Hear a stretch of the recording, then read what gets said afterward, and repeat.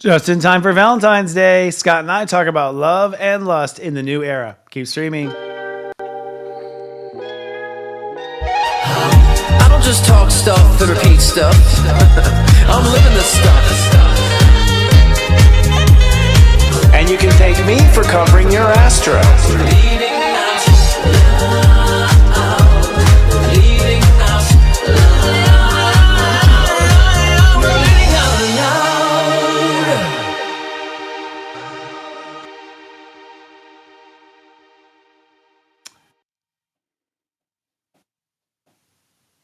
What a fade out. Welcome back, everyone, to Leading Out Loud, LOL. I am astrologer Christopher Witecki, known as the Sensei to Serious Joy, and I am with... Scott Cruz, Psychic Medium. How you doing, guys? You can see we actually rehearsed that. Today we're talking about love, love and lust in the new era. Just because it's coming up, it's kind of an interesting topic, especially when you're psychic and you're an astrologer and you know the future. The question is, will robots replace relationships, or will the rise of the divine feminine discernment save us from ourselves? We'll be talking about that and diving deep on all these juicy topics. But first, we got to talk about the astrology and what's going on. It's been some wonky energy. Maybe you should kick it off this week. I'll bring in the planets. How do you feel?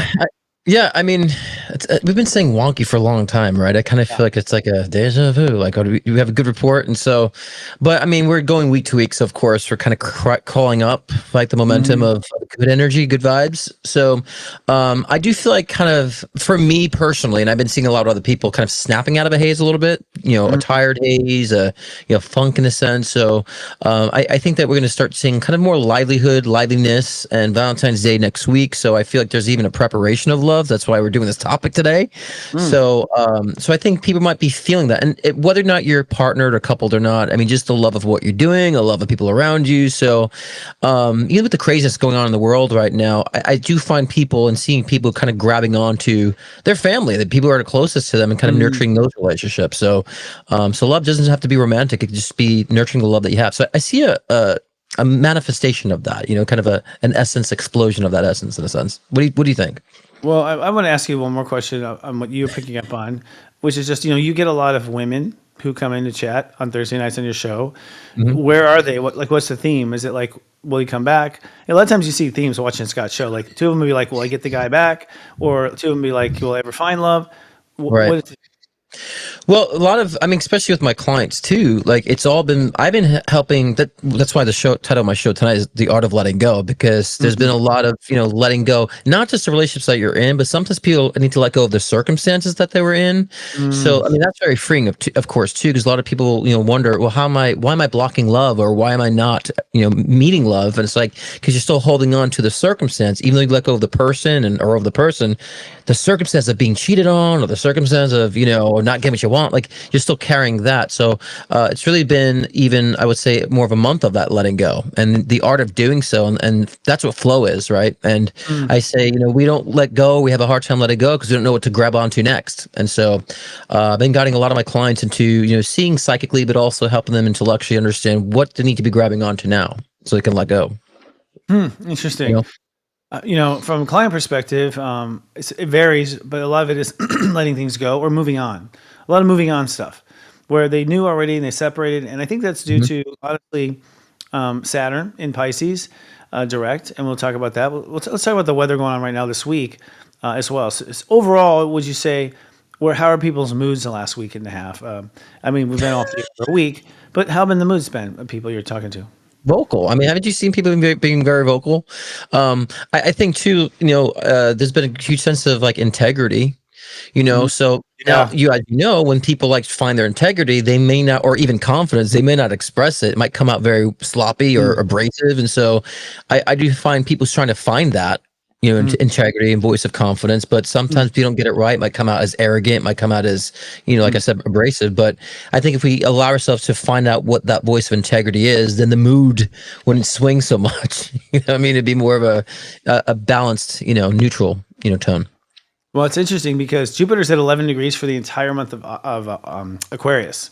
Wow. And so that's a huge deal. That's at 1 degree, the same. That's a huge deal because it was really laying down some pipe there for something. And 11 is integrity. It's integrity. It's according to astrology, integrity is when you love yourself first and you accept loving people only in your life, or loving situations only. So the astrology is definitely saying you got to get integrity, but that's sort of also in the mind. It's kind of, getting the mind on a certain track of, what is good and what is not good. I think we can do anything now.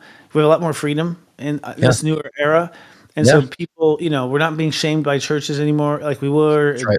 even the media is like shaming us for new stuff, but it's weird, like 6 feet apart, but it's not shaming us for who we date, So now we're kind of free and we don't know what to think and how to think. There's that going True. on. But then there's Saturn direct in Pisces, which is a biggie because up until now, Saturn has been on the bottom half of Pisces, which is all your past stuff, all your relationships that were dysfunctional, all your past life lovers. And so Saturn going direct now and moving out of that space means we're done with the low half. And Yeah. now people are sensing, I'm seeing that people are sensing that they have someone coming. I Right. just feel around the corner. I just feel that something's going to happen. And I think that Saturn in the high degrees of Pisces moving now, I think it's at 18 today, if I'm not mistaken. So if you were destined to fall in love with someone, meet them on Earth, I think those are being arranged right now. And that's kind of, I think people can feel it too. Yeah. Kind of get, Yeah. Well, and people are feeling the confidence of self too, because of course that's yeah. what attracts the love, and so people feel the confidence of self. But when you find that confidence, that sometimes you're a little sloppy with it too. So I would tell people, don't let the sloppiness discourage you from really embracing the outwardly expression that you're finding now. So because it's that awkwardness, it may not appear to be awkward to other people, might feel uncomfortable because you're not used to it. So I would say allow yourself to go with that uncomfortable energy of being self-expressive, because that's where you start attracting and meaning around you. You attract the realness, so many people might find that sloppiness endearing, actually. I mean, for me, I'm happy. I'm myself finally. I'm at a point where I'm just going to be authentically myself and not make apologies and let the law of attraction decide. Like, if you're not into it, great. Someone else down the line, I'm sure. Whereas before I'd be worried about presentation and that sort of thing. Now I'm just who I want to be. And so I've definitely felt that difference going on. But Pluto in Aquarius is a big part of it because Pluto now is at 2 degrees Aquarius. It was at 1 when we last had our last show. And Pluto is forcing you to love yourself now. You have to love yourself. And now Pluto is saying you have to honor your own feelings. So I think there's a lot of cracks in the pavement of certain relationships because, well, now that I'm loving myself, I'm not putting up with your bullshit. Like you're starting to draw that line. Plus, Pluto gives you the strength to draw the line. I'm also seeing the craziest thing, Scott. I'm seeing Aquariuses start to get closer to people. It's crazy. I never thought I'd see it before. Yeah, seriously. No, I'm dead serious. I've never felt more close to Aquarius in my whole life than ever. I mean, really, and I'm surrounded by the bastards. So it's really, really weird. Yeah. But no, seriously. I mean, the old joke when I was growing up as an astrologer was, if you meet some old guy who's never been married in a bar, he's an Aquarius. I mean, like basically still single, not going to take on. But I see Aquarius is getting into traditional relationships. Very true. Or not being afraid of commitment, always wanting their freedom. So that's huge. I think that's Pluto that's changing that. Another thing going on, since we're on this topic, is the South Node in Libra when it wrapped up. Now it's done. It's now in Virgo. But when it was in Libra, we were letting go of old relationship patterns. Like, I don't want to be this to myself, and I don't want to be in these types of relationships. Then it goes into Virgo, and it realizes it, right? Virgo's like, okay, we made all these rules, let's make it happen. So I think you're seeing people, move out, move in, kind of thing. A lot of people bacheloring up, I know, in like certain houses, whereas before they would have lived alone. So that's interesting too. I'm seeing just some interesting. Yeah, I mean, I for one too. I mean, as an aqua, like I'm really solidifying my own personal relationship too, and as an aqua, I can feel a lot of us feel it's because we feel heard. Right, because we always kind of like the awkward ones, kind of like off the beaten path, and so I think that people are now in the essence of Aquarius too, where they're starting to adapt a lot of Aquarius, traits in a sense. So we feel heard, so we feel safer now to like invest. We still feel safer to to be vulnerable with people in that nature because we feel understood now. So as an aqua, I could say that's the main reason. We're feeling a lot more understood. I feel like.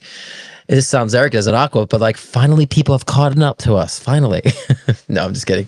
But not kidding. But I am. You are, you're not. Well, I think aquas have always been kind of strange in what they brought up, or what they were focused on. And like literally you could have a conversation at a dinner table and it goes to the aqua and everyone's like, like no one knows how to take it from there. Like, because they introduced a certain topic, and like we're like, no one has a comment. We have no comment. What do we do? But I think you say feeling safer. That's Pluto. Because what Pluto does is give you this strength. It's really weird. It gives you a machismo. It gives you a ability to sort of just draw a line and not budge. And so I think that's what's making Aquas straighten up a bit in their chair. And there's a long ways to go too with that, as far as that's concerned. Right. For the general population, we're having a gnarly week. It really is the switching of timelines is what's happening. I mean, taking like a 5,000 foot view just through April, from what me and my team can tell, we're coming into a new spiritual timeline, which is happening tonight, by the way. The North Node is going to actually conjunct Neptune tonight, and that's basically go time. It's sort of like the clock's striking, at midnight, and Cinderella losing her clothes. It's a moment where it all starts to transform, and what that's saying is like, okay, it's time to go for that destiny, some destiny that I think we set up before we were born. I think it's a surprise for a lot of people, by the way, of what's going to happen next. But we can say that the old life is definitely over. It's like not here anymore. Yep. That's tonight. And then we have a bunch of stuff like the Mars will trine Saturn, which is just our ego getting on the same side as our control. So we kind of realign our power inside of ourselves. And then we have the Sun square Saturn. That's huge because that's where our heart and our control issues sort of go back and forth with each other. Right. Figure out like, well, who's going to be the boss, right? And I think we're giving the power back to the Sun, because Saturn had taken it, being the way Saturn is. And then next Wednesday, next week, we have a full moon in Leo at 24 degrees. And 24-degree Leo is either the fall in love or the get divorced. It's a full moon. And I think what's going to happen is people will be over a type of relationship, if not a specific one. Right. Where it's like, I am done with these da-da-da-das, right? My heart is not in it anymore. And that begins the great race, I think, for where we go. And that's going to be a gentle but very powerful full moon. Like, it'll be gentle while you have it, but then the havoc it's going to wreak after, it's going to be pretty intense, I think. Well, I mean, that's kind of the integrity too, because can you push into like separating from a paradigm that no longer represents you? That's like, you feel good about that, and when people actually really let go of the things they know they let it go with a person or circumstance, there's this like, even though there's an emptiness there, it feels good. It feels like, I have the space now, it's empty, but I want to protect it now. And so that's where the integrity really manifests. And that's where the confidence manifests. You're like, well, this is my space. I'll do what the hell I want to do with it. I'm not letting anybody step in the space without, inspection. Right. And so, yeah, I really think that this is the time now where people will be starting to feel that. And it's not just on the romantic levels. It's really on like people in general who you bring in your life, or maybe what you're tolerating or not tolerating with people. So we've been talking about boundaries for a while, and this is kind of a spiritual trend to talk about boundaries, but I think like this is the emphasis, now of those boundaries, but kind of naturally setting those boundaries with intention, but also with like an organic approach without having to try to set the boundaries, right? Because you're in tune to the separation, you're in tune to letting go, you are conscious of what you're grabbing onto, which is letting you let go, and you kind of naturally setting those boundaries, and it feels very empowering. It feels, and that's the flow, we talk about all the time, I can second that. I mean, I haven't had fear, since I came back from my Chiron return, which is crazy. Okay. But then secondly, I have no problem telling people no. I used to be so worried about telling a person no, and now I have no problem with, saying no, that's not going to work. No, that's not going to work. Just really drawing some lines, and people sort of testing that as well. But I think Pluto and Capricorn is what gave us that power. We got over our power issues about should I or shouldn't I, or will it ruin the relationship if I do, right. Complicated situation that you might have, or if someone who's a lover and you work with them or something like that. Now we're kind of clear about the boundaries. Like, no, that wasn't appropriate. This is appropriate. So life is a little less messy. But at the same time, I find that people are doing more daring stuff, which we'll talk about, probably because they feel strong and general life is not messy. So now they feel empowered to go mess it up.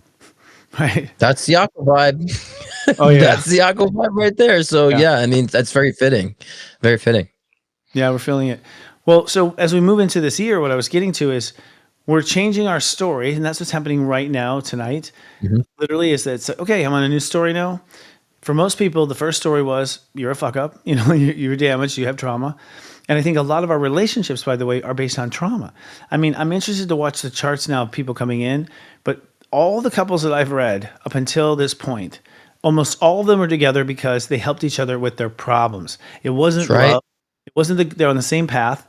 It was that, she's good at what he's an idiot at, and he's really smart at what she's an idiot at. And so it was sort of a trade, and I'll teach you and you teach me. And I've seen a lot of those kind of co-teaching relationships falling apart in the last 18 months. So it's just like, I'm bored now. I've gotten what I need out of it, and so did they. So this next story, I think, is with a lot of new people. I'm seeing in some cases, like, I do readings everywhere. So in some cases, I'm seeing Atlantis love reuniting. And that's going to be a huge, interesting theme. Like, people have not seen each other since Atlantis or Mu, and they're getting reacquainted, which is interesting because that was the last time we had this Age of Aquarius energy. So, Right. so I think there's a lot of new. And then going into Aries, we're going to birth a new ego. So a new ego that is defending other things, fighting for other things, wanting other things. Yeah. I mean, that's integrity again, right? So because again, you actually understand what's valuable, right? Because, and we'll get into this even too later on, but sometimes we have desires that are attached to trauma responses. And we think because it's a trigger from a trauma response, I feel that, so I want that. It's like, no, you're wanting that in spite of your trauma, or that desire has been manifest or spawned from trauma. So therefore, you think you want it, but it's actually a pacifier. So I think it's important for us now to understand: if I've been pacifying myself, thinking, creating the illusion that it's what I want, or is it really this really true representation of what I'm wanting and what I'm feeling? So I think it's really important for us to understand the difference of like what you're really feeling versus what you're knowing. And the knowing comes from the soul. And I think that I've seen a lot of people, especially I've been through this too, where the desires that I had were like, so I need that desire, I need that, but it was just trying to pacify past trauma or deprivation of the past. And it was not serving of my highest interest or my soul. So that's where the integrity comes in. And I think what you're saying is very correct, Christopher, because people are going to be able to distinguish that now. How freeing is that to distinguish? I've actually had this desire, I've been chasing this, but I actually really don't want. No wonder why it hasn't been happening for me. I really didn't want it. That's freeing. It's freeing. It's scary. It's scary because holy crap, like how long am I doing this for? Or what do I want next? I said, if you're in a position to figure out what you want next, you're at a clean slate. That's good. Yeah, that is actually. I'm never in that position. I'm always on that path, but I do see what you're saying in the sense that and I've had it even in my life, which I will not share, but things like turned you on, things that kind of got you hot, they're just suddenly a nothing burger. It's like, where'd that happen? Right. I think that's Pluto and Aquarius too. I think Pluto is the planet of sex, right? It is literally what gets your pants off. It's literally what makes you naked. And it exposes us to be naked and be more authentic with ourselves. A lot of that sexual twisted stuff, which we'll talk about here after the commercial, right, was being, I think, cleaned up with Pluto and Capricorn. Being tied up, being this, being that. A lot of that, I think, was Pluto and Capricorn saying, okay, let's bring this to the surface. For people who had it, they got extremely intense and passionate for that moment of 15 years. It's a long time. But now I have a feeling it's kind of fading away, because they've worked through those issues of bondage and control. Anything around control or bondage is Capricorn. And to segue, just before we go to the commercial, someone just asked, like, what is it when you have a strong sexual connection with someone that you shouldn't be with? There's so many different variables to that. One, you just feel safe to express your own sexuality with this person without being emotionally vulnerable. So you want to look at saying, well, I can be very primal with this person. Am I allowing myself to be emotionally disconnected because I can express this with a person I shouldn't be with? And when you're saying someone you shouldn't be with, that just means that there's no emotional connection. So you're reserving your emotional expressions, right? And there are other situations where you are exploring sexually what you're wanting. So this is not what I want, but they're my tool to figure out what I want sexually to open up the sexual expression. So I would say in situations like that, ask what are you really getting out of that, because there is something you're getting out of it, but what is it, and what are you trying to evolve from that? And we'll get into the lust aspects after the break. Yeah, actually, this is a good time for it. Speaking of lust, I don't know if you know this, Scott, but about how many years ago was it? 14 years ago, created this thing called Secrets to Birthdays, a Love and Lust Report, which is incredibly accurate because I actually figured out a way to shoot so many videos that our system could fit them together and make a one long reading for you that's about 20 minutes. We now put it on sound because I look so young, it's kind of goofy. Kind of goofy. He's like, yeah, that's sensei. So we put it to sound, but here's the thing. It is so accurate. I dare you to go down to Serious Joy. If you sign up for $3.99 Serious Joy, you can have it for 30 days for that price. You can cancel anytime, although I wouldn't if I were you. And you can watch your Secrets Love and Lust Report. Now, here's what people do. I'm going to actually give you the hack. What will happen is a girl will come here because we're watching the stuff on the internet. A girl will come to our site and she will run like 40 Love and Lust reports because she'll change her date of birth in the system. It's all legit. So you can actually, actually get a report on anybody you want. and people tell me it's like embarrassingly accurate. It comes free with the service for $3.99. So we thought we'd push that because it's the weekend and we're heading into Valentine's Day. Nice. Yeah, and I talk about love and lust and the difference between them. It's interesting they were talking about that. So good job to our producer Erica, because that particular video, I was honing in on certain aspects of the chart, which are really telling, of who you attract, why you attract. And one of them, I'm not going to give away the secret, but you know how you always end up like dating your students? Have you done that? Yep. Not literally, but Yes. yeah. Well, I'm just like coaching. I'm like teaching. I'm like showing around, like some of the, and they're just learning, right? If they want to, kind of thing.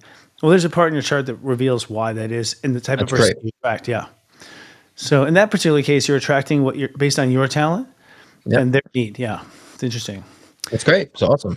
All right. $3.99, seriousjoy.com. All right. Let's dive into the fun stuff.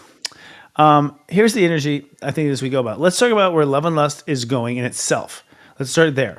Where do you see love and lust going psychically with your third eye? And let me chime in with astrology here around the corner.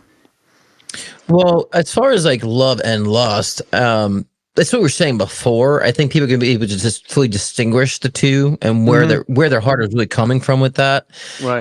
Because I think people tend to like demonize lust a little too much because everything has a duality to it. You can lust for someone and also be in love with them too, but also lust can be very, very degrading. Can be very, like you're crossing a boundary. So there's a duality to everything. So I think first is we need to understand the definition of love and lust and how the two can actually work together, because we do have a human, primitive energy that's part of 3D reality that we also need to express to evolve the soul too. So we can't be like, oh, no lust, only love. And so I think that we're going to understand the integration of two, not demonizing the lust energy, because we have a beautiful body. I mean, we look at our sexes, and the body's a beautiful thing and a beautiful expression that can help to express our sensuality. So I think we'll be able to decipher the differences and maybe start, like we said before, chiseling out where these responses of trauma come from and understand those aren't desires, they're cover-ups, right? And really determine that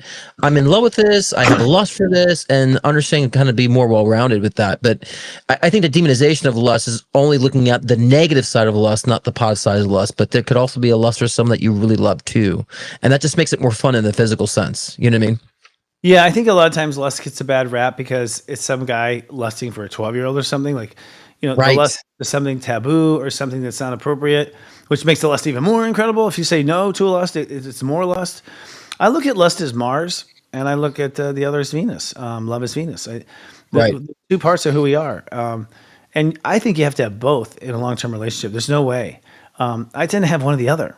And most of my clients tend to have one or the other too, especially like they'll be like, oh my gosh, I'm bad, but I just never take him home to mom. And it's like, okay, like maybe we're supposed to, or maybe we're supposed to have both. I don't, it's seeming like that. Like young kids seem like, okay, the trend I'm seeing, first of all, is the young kids. I'm talking about my son's age and lower, and he's 27. They're whoring around. Okay. Right. Much more than we ever did. They have phones, they have sexting. They can send a new picture of themselves. They're like posing on the internet. Like they are so advanced and seeing all the porn and all this stuff. They're like, you thought the 60s were bad. Tame to what, I'm seeing. Yeah. Another trend I'm seeing is that straight people are starting to take on gay rights. And what I mean by that is, here in Palm Springs, there's like some gay resorts. They're going straight, right? Like, so I see the straight culture finally taking their sexual liberty in their own power. Whereas before, only the gay, that was one thing about homosexual and gay. They're like, we're going to fuck it. We want to fuck it. We're going to do whatever we want, period.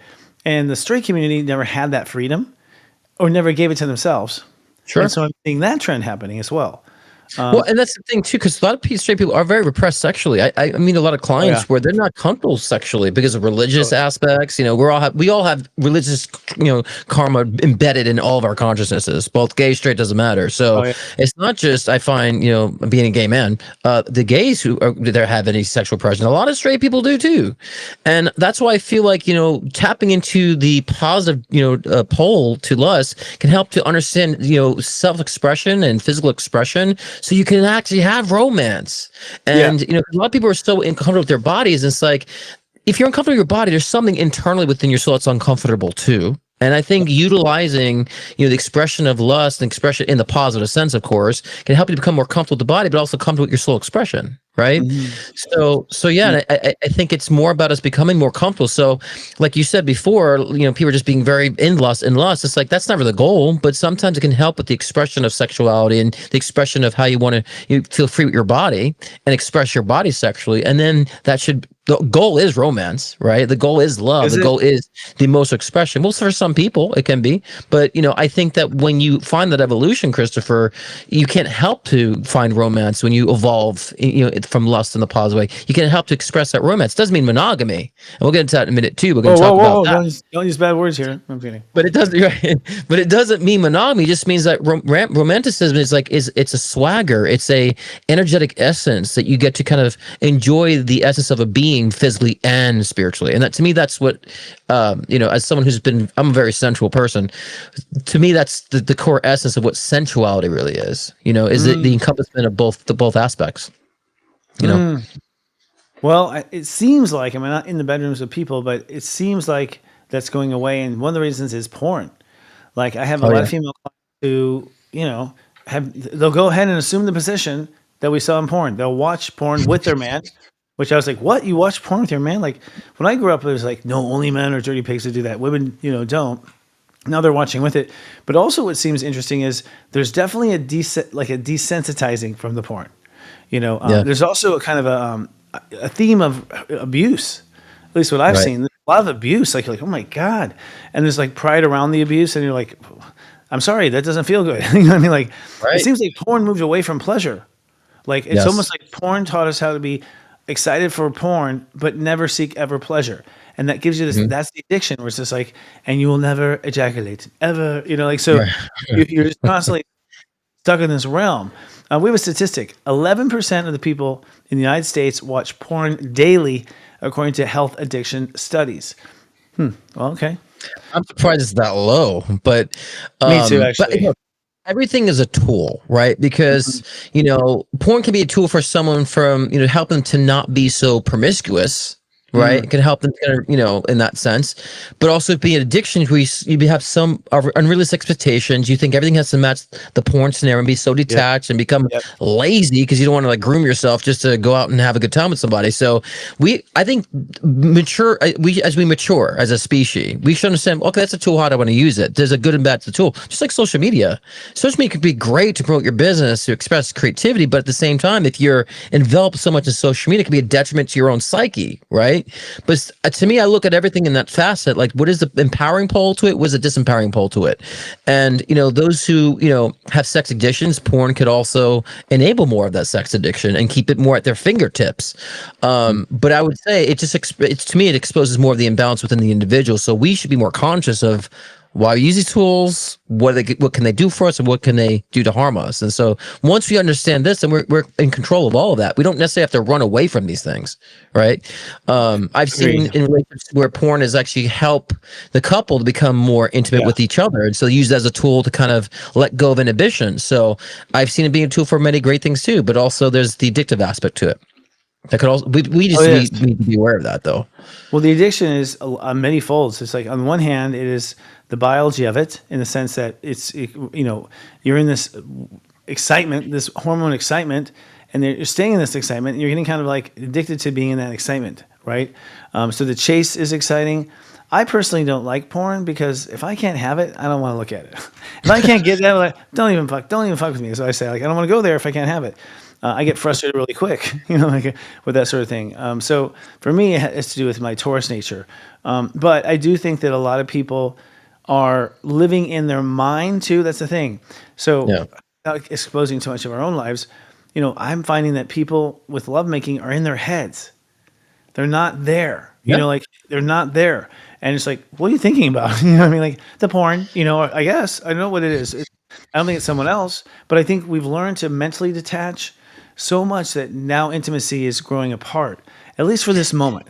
Right, but it's not just porn though. I mean, if you look at even like supermodels and people on Instagram Oh, yeah, trying yeah. to tweak their appearances, so like a lot of people are in their head because like, do I look well? And they're more self-conscious of how they're appearing, and so this is not just porn. This is a lot of our culture that's embedded in, And I also see too, like everything has its purpose, and Yeah. everything is in a channel for someone to expand their karma. Right. And Mhm. so those who are sex workers, they're expanding their karma to a certain degree and understanding how to respect the body, not to respect the body, or breaking barriers. So everything is, to me, necessary in our spiritual development. So that's why I never judge sex workers or anybody that nature, because they're evolving in their own right. But we just need to understand as objective people, like these tools are not bad. They're not good. They're tools. How do you want to utilize them? And if you feel like you're being detached, we need to understand what's detaching us. It may not be the porn, Christopher. It could be the social media, the Kardashians, the love expectations that we're putting on ourselves to how we're supposed to appear. I So definitely think I know porn is affecting us in the bedrooms, because I've watched it and I'm watching things unfold according to the script. You know what I mean? Like you can see the subconscious adoption of it. And I also feel like even now, I was talking to someone the other day and I was sharing it backstage. He goes to a bar and everyone's on an app and everyone's trying to introduce themselves through the app. Through the Yeah. app. They're sending Right. each other messages. The person's across the Oh bar. yeah. Hey, I see you, which is kind of stalker like anyways. I'm right here at 44 feet, it says. You know what I mean? Like, so that's weird too. Are we losing our social skills completely? Yeah. I feel like it's not going to happen for very long. For one, my son's generation, they're all messing around so much, and they call it hanging out. Right. But hang out's a code word for group sex. We had a bunch of people who are hanging out. Like seriously, they're so casual about just jumping into it. And I think because they're tech based, there's like it almost is like a common language. And so if I invite you over a tech base, then we're good. I have no questions for you. But You're in the that's street. good. And that's what I'm saying, because it's that level of accessibility that we have that makes us lose that interaction. We're uncomfortable. Like we're more focused on like how do we appear because we have everything accessible at our fingertips. Why do I need to invest in engagement? Right. So yeah, that's where it's lost its intimacy. People don't want to engage. They don't want to spend time in conversation in person. They don't want to spend time like doing some sort of activity with somebody. It's like, oh, let's go to bar, let's go have sex, let's watch a movie, and we're out. Instead, let's go bowling, let's go play mini golf. Like when I go on dates, they just want to like meet, hook up, and that's it. I'm like, no, let's go play mini golf. Right. Let's go camping. Let's do something. Let's engage together. And so, I don't blame porn for that. I blame culture for that level of disengagement because of the accessibility of like the apps, and you meet someone that's 2 feet away from you, and yeah, people have lost that engagement. To me, it's become lazy. It's emotionally lazy to me. It's like we can get a porn at our fingertips. We can get music at our fingertips. Now I want to get a relationship on my fingertips. If I don't have it now, there's something wrong. And everyone's in this now a mentality that they're losing the essence of like evolving intimacy. Like I used to say to people too, whatever happened to foreplay? Whatever happened to I know. Whatever I happened to, know. like, the sensuality of engagement and the trepidation of, oh my gosh, can I do this? And putting the hand on the leg. Whatever happened to that connection, the build up to things? It's just now mentality. So it's not just porn that's done that. It's everything in our culture that's done that, And so it's lost its sensuality. And I think, when people talk about intimacy, we've lost sensuality. We're not sensual people anymore. Yeah. I think, the 70s seemed to have really healthy sex. I mean, sorry, Yeah. I grew up as a kid, watching my parents have sex, and I'm kidding. But, I could pretty much, they'd walk out of the bedroom naked, and we're like, what? Like my brothers and I. But they were very open about it. There was foreplay, there was kissing, there was moaning, there was, no condoms or condoms. Like the biggest thing they worried about was, getting pregnant. That's what it was. I mean, in the 70s, it was apparently just a sex fest, and then AIDS came along, HIV, Yeah, right? I'm saying that HIV came, yeah. That is what I think. I think actually HIV is actually what was a huge separator of people in sex. Of course. Everywhere, terrifying people and people not engaging where they would have engaged, where they would have been a little wild and crazy. They're not, and that was the beginning of separating from intimacy. Yeah. Yeah. Well, if you could see, I mean, not to sound like a conspiracy theorist that I already am. Yeah. If you look, you kind of see there's always something separating us. We had COVID, social distance. Now we have tech distancing us. Social, Yeah. So there's always been that. Like I said, I blame culture for this. So again, porn can be utilized in a good way, but because of the way culture is, now it's thrown in people's faces to rely on that more. So, so that's what's creating the lust. The lust imbalance for me is all those things. That's creating the lust imbalance. Well, I agree, and I think porn creates a lust imbalance too, because you just never. It's like Now I saw it with a blonde. Now I saw it with two blondes. Now two blondes with it. It's like people are just wanting every type of thing to check off, and they're Or finding and they create these fetishes too. You right. know, I've seen partners or people that talk about that they don't measure up to the porn, literally speaking, right? For some people, course. I would say, why there's some nobody to people- watch it. Yeah. they're like, I don't have the assets that those women have, and so I don't have the butt that the woman has, and so I hear women complain like they don't match that, so they're competing with the fantasy, so they lose their confidence. So I've seen it on that end too. But they're not breaking up. I mean, because thank God men are still idiots with emotion. So they're staying connected and they're still using each other, even though they're off doing this crazy stuff, you know, like because people don't get the relationship aspect of it. I think, honestly, we're also very damaged. So, you know, astrologically, since the 80s, it's been nothing but past life stuff coming up, right? Yes. And as a result, we're dealing with a lot of trauma. And I think that alone, you know, that trauma that we're dealing with, either you're attracted to people with similar trauma, which is common. So you both, like, people who have sexual trauma as a kid, they tend to find each other in a room, right? There's something that engages that sexual energy again, reignites it. So people up until now have been very trauma-based, like I said, with charts too, very trauma-based in what was hot, you know? In fact, the dirtier, the hotter, you know, the worse, the hotter, right? But now we're starting to heal. And I'm wondering if people are just sort of over it in those cases, if those are, you know, evaporating away. I feel that. I do feel like because the good thing about the oversaturation is we've seen it all now. So it's like, all right, I've seen it all. Like I've seen the big butts and all that physical stuff. Like I need something else now. So it's almost like sometimes the oversaturation can help us to kind of break free of it too, you know? And I think, you know, a lot of times, you know, people are, you know, I've started to see like an explosion of people like into like pain and pleasure now, like more like the whole, like it's always been, yeah, it's always been that, like that's always been the bondage thing's always been around, but I'm starting to see like more people like they're talking about suffocation stuff and yes, you know, choking out. I know, like, right, and reenacting type of, you know, assaulting scenes, right. So I know it's always been around. We're just seeing it more, but like we have to understand, like this is all this expression is unresolved karma. It's all unresolved karma, and people are expressing it through sexual expressions. They're expressing through the pain. We have to look at the spiritual karma there because, like you know, I have a lot of religious karma that's from my past lifetimes as well in this lifetime, and there was a lot of that kind of, you know, bondage experience that I went through. And so, you know, when I understood this in my 20s and I kind of brought out of that, took control over this, I was able to resolve that karma. So, and so we have to understand, like I was saying in the very beginning, a lot of these fetishes that we have, a lot of these, you know, pain and pleasure modalities has nothing to do about sex or lust and everything to do about unresolved karma and your positioning of power that you have or don't have. Well, here's the thing. I mean, karma tends to be something where your soul is basically upset over something. That's it. You're still pissed. Like, you know, something horrible happened 2 lifetimes ago, and you're still pissed that happened to you. You're still upset about that happening to you. Right. Deep in your subconscious. So you want someone to get deep with, right?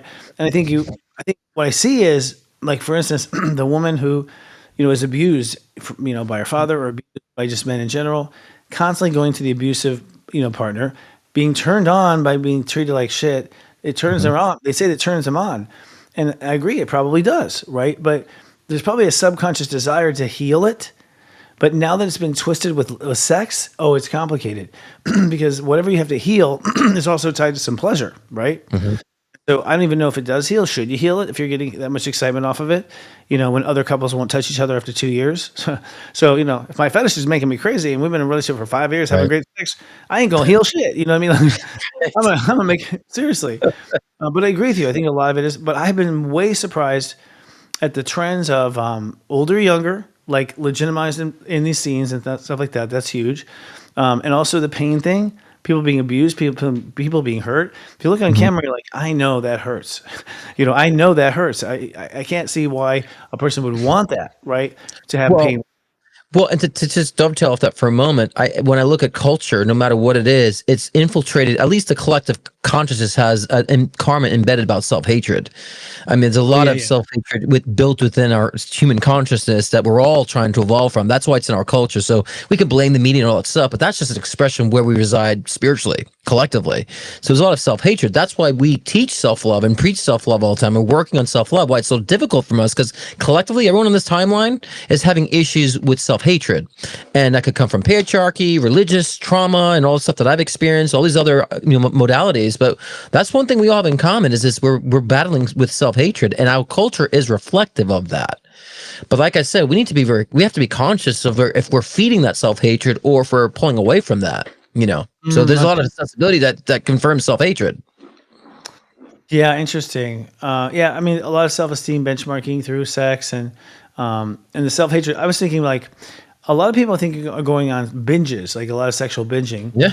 And I think because of the apps, for one, you can literally, just like you order up DoorDash, you can order up a lover, pretty quickly.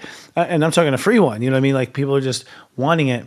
But I also think that, sometimes I've had clients who openly talk about their sex life and they are just like so hungry. I can't get enough. I don't know if I'll settle down. And you look at their past lives, they've been stuck in monasteries for the last 3 past lives. So they literally were depriving themselves lifetime after lifetime after lifetime. And so now they're like Tasmanian devil, like, get out, I'm going, zzz, and they're catching up maybe where they had, taken a puritanical kind of direction. Not only that, but also, we were stuck in tiny marriages in a cabin, on a farm, you know what I mean? Like, and it doesn't matter if she's pretty, it doesn't matter if he's pretty. It's all you got, you know what I mean? Like, and now there's this like eye candy, I think, for humans to have a lot of this. It's like what only Louis the 16th used to be able to have, what only like queens used to have. Now the average Joe has access to these things, right? These sexual fetishes, toys, places, locations, all of it. And so maybe just getting out of their system, Well, that's true, because that's why I don't judge. That's like, and we shouldn't judge. Like if you're a sex worker, what your fetish is, what you're exploring. Because I love that you said your past like 10 lifetimes you're in a monastery, and so now they're trying to learn how to be primitive and be more primal with their sexuality and expression. Understand what that is, because that's a learning lesson too. That's a learning curve too. Because in order to be like free sexually, you break down a lot of inhibitions, right? Because when we have a lot of self inhibitions, if one thing we suck at is sex, it's sexual expression. So it's all an expression. So what we have to be doing is stop judging it, stop saying we shouldn't be doing this, is try to raise the consciousness of why we're so infiltrated by the same thing of, like I said, self-hatred, and why we're having issues with self-love and self-expression. That's what we need to start raising in consciousness, not judging the fact that we all collectively have shame to a certain degree, I think people are ready for the shame to be gone. People are ready. I think they were in the closet about stuff. Now they're a bit more open in talking about it. I'm finding this much more open. I'm amazed at what people talk about. I'm amazed when people will just tell me like, yeah, her, and her. Like, wow. Sometimes at once. Oh my God. Like, wow. You just never hear that before. Whereas in the past, can't get that to the priest, or mom's still so Catholic. That was still something that was restraining us. Seems like it isn't now. Here's what I can't believe. Okay, here's another thing. Zoom rooms. Have you heard of this? No, this is the latest thing. There are posted Zoom rooms where everyone is zooming in to the big meeting, and everyone on their cameras is having sex, watching everyone on camera having sex. I'm not kidding. So virtual orgy then. That's what it is, a virtual orgy. Yes, virtual orgy. It is, but for hours. And Zoom must know. You know what I mean? Like, that's kind of crazy. But I'm just like, whoa. So that's, getting on camera. That is completely new too. Like, as far as my son's generation, there's a whole set of nudes. And if you don't have a good set of nudes, you're not going anywhere. You're not doing anything. Like, so this whole, like, everyone being the porn is something we're saying. I think, again, to me, there's nothing wrong with that. I mean, just be very transparent, and I've been very open about this. I was a stripper in my 20s. I took my clothes off, I danced, and I did fetish shows and bondage shows, and I did that. But I knew at that time, because I was always entrenched and interested in psychology since I was like a young kid and spirituality, I knew because of my traumas, the ritualistic and trauma abuse I went through and sexual abuse, that I knew doing those things, I'm like, I'm taking control over my abuser. So I got myself in the BDSM scene. I was doing performances like that, and not for nothing, I was like, I'm in control now, I'm in charge. So that expression helped me heal my trauma, because I didn't have support then. And that Yeah. was my disappointment. And once I like got that under control, I was done with it. I walked away from it. And I don't even have that in my life or desires for that in my life now to this day. I'm like, oh no, I never brought it in to the bedroom, so to speak. So we can learn. And I think people doing those, Zoom rooms, right? Yeah. Whatever you're talking about. Yeah. Also I think Don't I act was like also you don't know, rebelling. Scott. Don't act like you don't know. Okay. No, I think I was also rebelling against the patriarchy and the Christianity and all that stuff. I was rebelling against too, the whole theme, and that's why I went so extreme. But I think with the Zoom rooms, maybe people are feeling less comfortable, right? Now they feel more comfortable to express themselves, and they probably wouldn't do that in person. But they're like, I feel more comfortable in my body to share it with other people. I mean, this has been orgies back since the Roman times. It's nothing new. Oh yeah. So maybe those, but maybe those who wouldn't necessarily have done that, right? In person, now they have the accessibility to express it, on a computer screen, I guess. So I just say it really depends on why we're doing it. And I think that's the key. If you're doing it because you're pacifying trauma, maybe it's not a good thing. It'll form into addiction. But if you're doing it to resolve trauma, you'll be successful. You have a great experience and you'll evolve. So I think people tend to judge these things. What's that? They're doing it to get off. I mean, like, it's very primal. I think it's primal sexual. I think we have freedom for the first time. Really, we have freedom for the first time. And I have to say, it's very much due to the gay movement. I don't think the gay movement realizes how I mean, from what I can tell with all my gay friends, it's like they were all segregated to certain bars and certain places in the city where no one wanted to go there. So like, fuck it, let's have sex here too. And just did whatever they wanted. And I think what's happened is with this kind of liberal, like the last administration was really forcing us to like open up to all these ideas. And I think what's inspire people who've been, stuck and not letting themselves be who they want to be. And really the gay pride is that you love yourself no matter what you're into, and it's like business cards. I mean, like as far as your kinks. So I think it's making a big impact. I think people don't realize how we're kind of trading from different cultures and letting things come in. But I do feel, I mean, so we'll talk about where this is going to go next. Okay. I think we covered almost every raunchy topic, but we need to dive in. We have a couple more. Let's take a commercial. And I think it's going to be for past lives and karma. Perfect timing.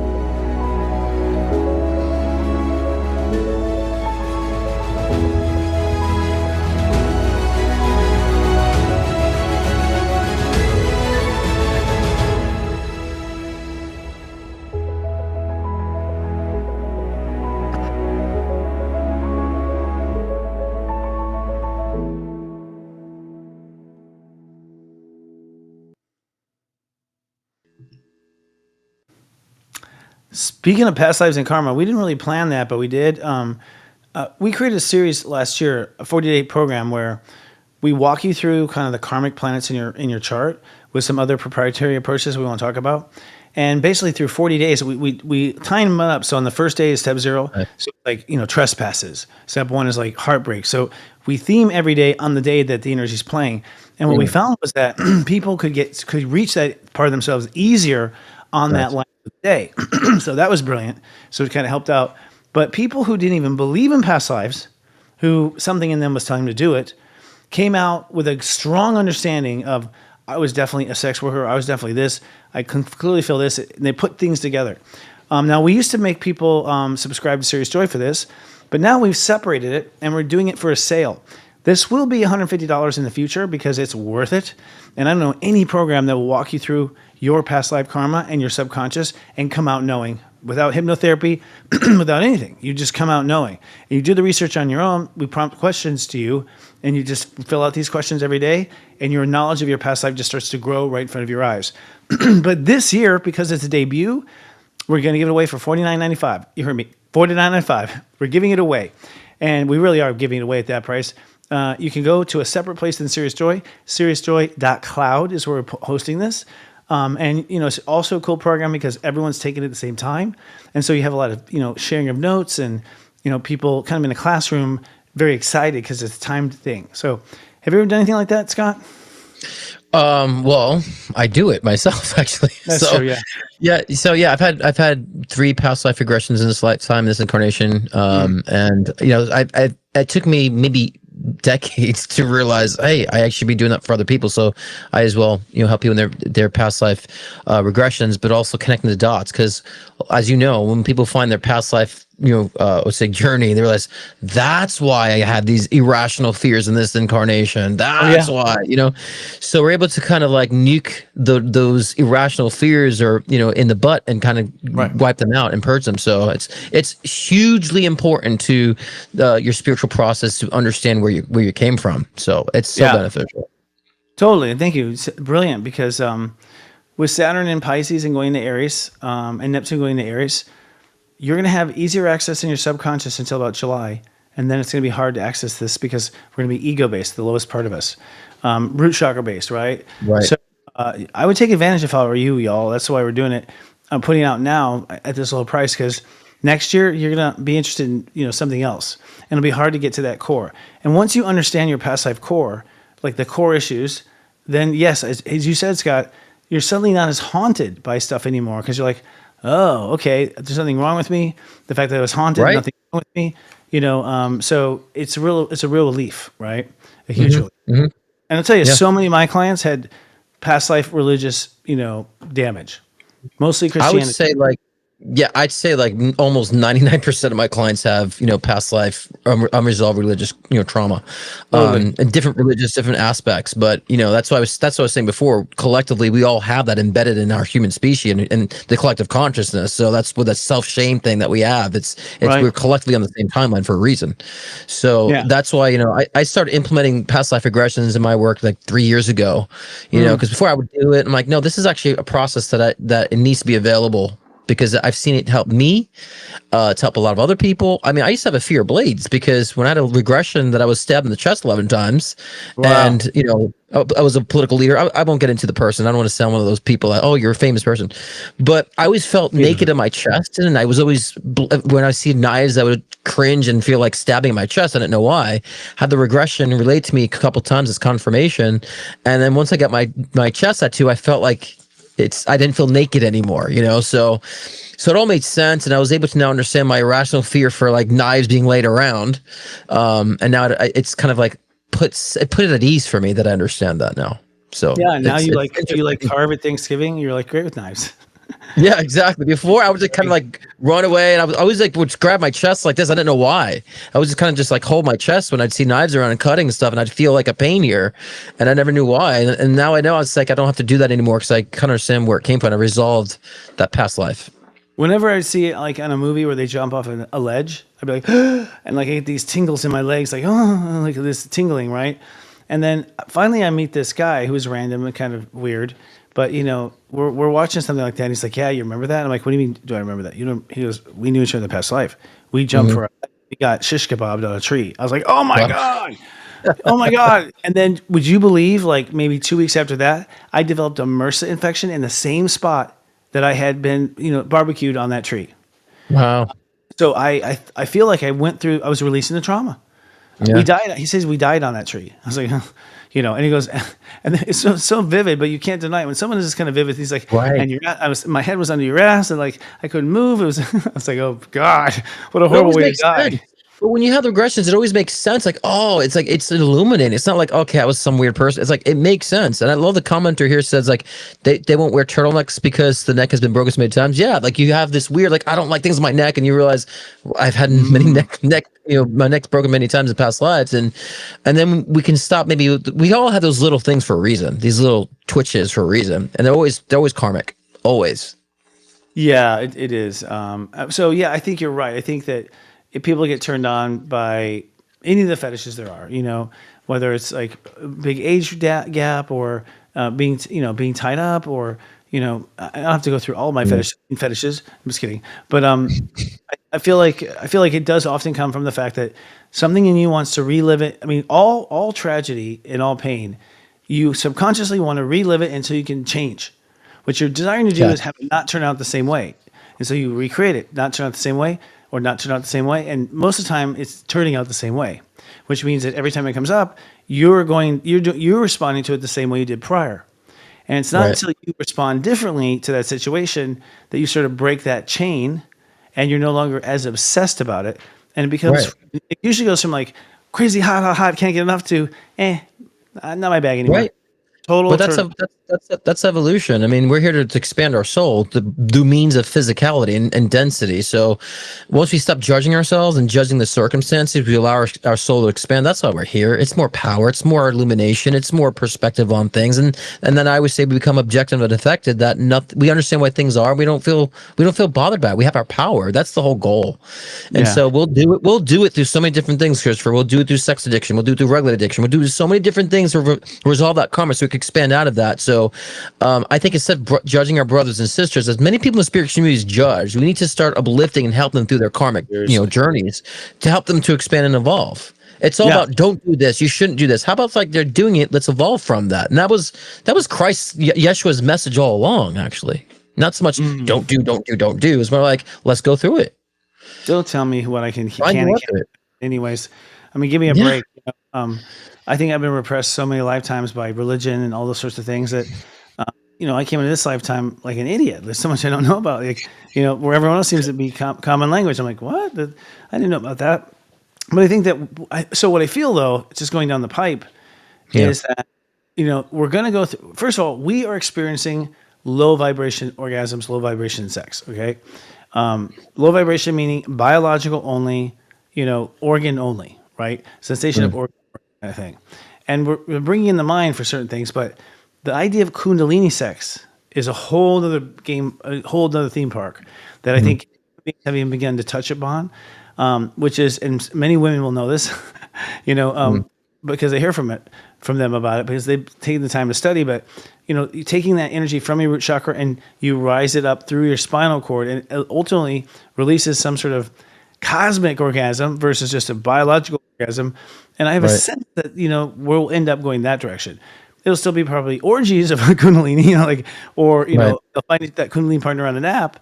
But I do feel like that we're going to get kind of over this level soon. And then many people are over it. I can't tell you how many people go, I'm just like my mom's generation, who's all baby boomer. Like they were out having free love and free sex, and they were shirtless at Woodstock and all this stuff. And now a lot of her and her friends are like, they were over it. Take all men all together. You know what I mean? Like they didn't go to women either. They just stopped. Which so it can maybe die out that way. It's interesting where we are. Yeah, I definitely foresee a good way to kind of button this up is that I really do feel people becoming more conscious of what they're doing, right? Not so much what they're doing, but conscious of why they're engaging what they're engaging with, and understanding, is it a suppression? Is it like I said in the beginning, overcompensation for trauma, in spite of trauma? So I do find people being more conscious of this. To me, that's the evolution, right? Oh yeah. And yeah. And then, of course, then all the other aspects that, porn, all this other stuff, addiction, drug addiction, all that stuff, those will evolve too and become a different purpose. So it is a collective shift. And I do see people become more open, more accepting, less judgmental. I mean, we've had an infiltration, especially with identity politics. And sometimes I think when you push something in someone's face, we could then bring it back and balance it out a little bit. But, the whole sex positive stuff that was like infiltrating our systems, all the, to me, I'm like, it's extreme, but it kind of needs to be, because then we start able to balance it out. Now people aren't judging people for their walks of life. They're understanding, well, they're coming from different positions in their life. And so that's allowing us to also not judge ourselves, so we can look at our own evolution. So I definitely see the religious, aspect, bondage. I see those chains being slowly broken from the human collective, as well as, the more infiltration of self-acceptance. We can say self-love all we want, but love is really about acceptance. When you accept something, there's no boundaries, there's no judgment. It's all about empowering and expansion. So, to close this, I really think that there's more of an infiltration of self-love, and that self-love is what gets expressed outwardly to those around you, and you start attracting more genuine self-love that reflects your soul expression. And so that's what, that's where all the lust and the sex and the love becomes unified and empowering, both for the self and for others too. Well, I mean, making love is an exchange of love. If you don't love yourself, then you're just stealing love, right? I think a lot of times the sexual intensity. And by the way, I mean, I've got scientific proof. If I was crazy attracted, like over the top, like just have to have kind of sexual energy, there's a fucking karmic. It's like God's just like, put this all over you. And it's like, so my hormones, they're running for not a certain type, but a certain lesson. You know what I mean? And I've 100%. like, oh my God. So you get lured sexually to your karma. And a lot of times that turn on is that, there's a release. What's wanting to happen is you got all this built up subconscious energy that wants to be healed and released. And there's the person who can actually facilitate it. So it all turns into biological when, maybe it would be excitement, if we're not so primitive with our rights and ourself and sexuality. Who knows what it would be? So true. That is so true. All my karmic experiences were impulsive. The love of Me my too. life now. I'm like, I can't believe I did that. I just got in the car and, you're like, what the fuck was I thinking? Like in hindsight, and it's a past life thing. You weren't thinking, you were in that subconscious. Right. Meanwhile, the love of my life, it took us some time to nurture our connection, and now it's just like it's blossomed, and it's like, that's you understand the foreplay, so to speak, how it's a wind up with true love. It's a wind up with the genuine, sincere energy. It's not like that impulsive, I have it now, press a button energy. Well, my mom, who is very progressive in this area, I have to give her credit. She sat us down naked. Her and my dad were naked about sex. Typical 70s parents, right? Yeah, they were. I think they had just had sex, and they were like, "We should tell the boys." So no, I'm not kidding. And I didn't put it together until I was older. I was like, "What the fuck was that?" But it was so natural, right? So in some senses, to have that freedom early on is a good thing. That everything is cool and everything is kosher. And I'm not quite sure I was going to head with it, but because I'm thinking of my mom naked, so I ruined the whole script. But I think at the end of the day, human beings now have the freedom to explore. With Pluto and Aquarius, anything's on, baby, as far as kink and stuff is concerned. And when we wear out this, these old dogs, these old rags. This is what my mother told me as a kid. She said, real love is quiet. When you find real love, it's quiet. And just remember that it's quiet. And I was like, what the fuck? She's talking. But as I've had real love, it doesn't have this like need that we see in movies. Incredible wild power, and a lot of people are avoiding relationships because like it's not crazy. I'm not really it's not exciting enough. And it's like, well, because real love is calm, It is. That's balance. Yeah, and genuinely brings about that balance. Yeah, that's balance, because if you're like that's an extreme. If you're like this extreme, if you're completely dead, that's an extreme. But if you're just kind of like when you're in trouble, it's just true, because when I feel love, I'm just kind of like kind of small. I'm not like, it's like it's this nice balanced power, and and understanding. Yeah. So that's interesting. And we'll be talking about that in the future. Well, I hope this is as hot for you as it was for us. Just kidding. Hot. That was a fun conversation though. Some people I saw in the chat were like, this again? I'm like, we don't talk about sex very often. No. Yeah. Who said that? I don't know. I didn't get the name, but I put a tracer on her. I'm just kidding. But it's all good. Oh, okay. Gotcha. We have to plug a couple of things before we go. Scott, your show tonight. Yes, tonight my live show 6 p.m. Pacific time, 9 p.m. Eastern time, and talking about the art of letting go. And this actually really coincided with what we talked about tonight too, about kind of like letting go those older paradigms that might have been distracting you from actual true love. And so we'll get into that tonight. I also do like live readings too. So if you want to get a live reading with me one-on-one, you can join me live tonight too. If not, you can book a personal private session with me at scottcruzpm.com for one-on-one readings. Yeah, great. And you guys, you're not going to get Scott this way much longer. Let me tell you. I know it's astrology. He's not going to be available. And of course, I am part of Serious Joy. And we are always doing things. We got the Love and Lust report coming on down for $3.99. You click on that right on the menu. You'll be able to watch it. It generates it immediately for you. And tell me what you think. I'd love to know what you think about that, because I'm thinking about the next one I want to make and what it's going to be about. And that, of course, is at seriousjoy.com. Sign up for $3.99. You get access to the whole kit and caboodle. By the way, it's not going to always be that way either, because we're going to be dividing our site into little pieces and not giving it all away for one price. So if you come now, you'll be grandfathered in. It's a good time to be a big part of something interesting. All right. I think that's all we got, man. It's a good show. I felt like the show felt like an orgasm. I felt like a good release. It was great. I think we lost half the audience. I don't know what they're doing. Anyways, until you guys don't put up with the shift show, do like us and lead out loud. We'll see you next week. Lead out loud. Good night, guys. Not good night, but good morning, good afternoon, wherever they're coming from. I was on a little bit of a high in that topic, and the nervousness was making me, not nervous, but just not calm. Edging? Were you edging, Christopher? Is that what you're doing? Were you edging? No, I was not edging. Wait, what's your right hand? Yeah, it was, no, who doesn't like sex? But, spirituality doesn't talk about it at all. Right. Our Or world it's too fluffy. Usually it's too fluffy, spiritual fluffy sex, not really integration of physical and spiritual. triggers too much. God is watching you masturbate. This, Jesus.